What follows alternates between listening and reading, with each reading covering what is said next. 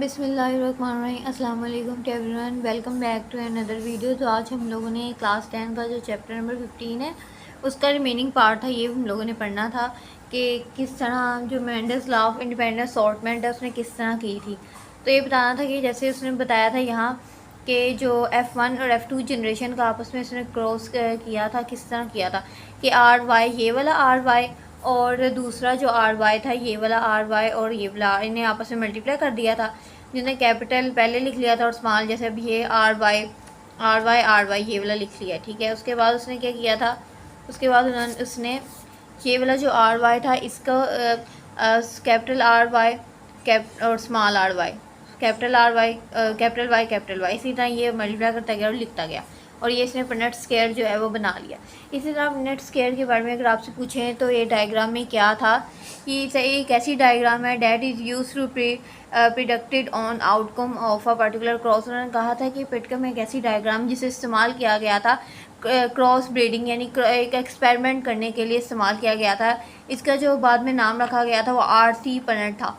इसे इंग्लिश में मैथमेटिशियन भी कहते हैं। ये गैमेट जो था, ये दो जो पेरेंट्स हैं उनके साथ ये जो था मुमकिन था जेनेटिक सेटअप जो उन्होंने डिटरमाइन किया था।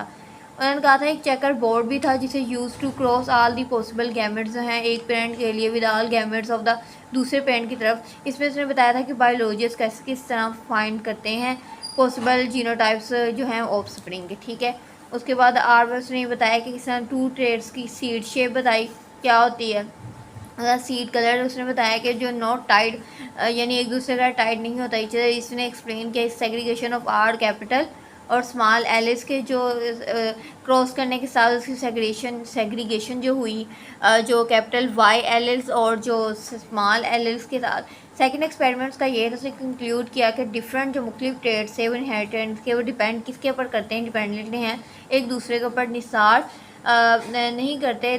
दिस फिनोमेना इस प्रिंसिपल हम क्या कहते हैं, लॉ ऑफ सेग्रीगेशन। तो अगर आप लोगों से वो डेफिनेशन कोई पूछ ले कि law of segregation law of independent किसे कहते हैं असॉर्टमेंट, तो आप लोग यहाँ से बता सकते हैं Mendel's conclude that the different traits are independently of one another. This principle is known as law of independent assortment. It states the alleles of इसमें alleles के जीन पेयर जो है वो एक जीन पेयर यानी जीन का जोड़ा जो है वो सेग्रीगेट करता है और गेट सेपरेट अलग हो जाता है, डिस्ट्रीब्यूट करता है गैमेट के साथ जाकर मिल जाता है।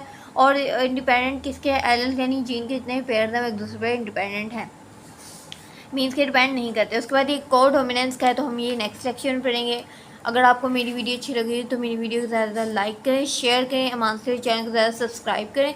और 16 अगस्त से हम लोगों ने 12 की जो जितने भी हैं क्लासेस के MCQs की प्रिपरेशन एग्ज़ाम प्रिपरेशन स्टार्ट करने लगे हैं। अगर आप लोगों ने मेरे यूट्यूब चैनल सब्सक्राइब नहीं किया तो ज़्यादा से ज़्यादा यूट्यूब चैनल को भी सब्सक्राइब करो, टिकटॉक अकाउंट को भी। So keep supporting, keep loving, lots of love and Allah.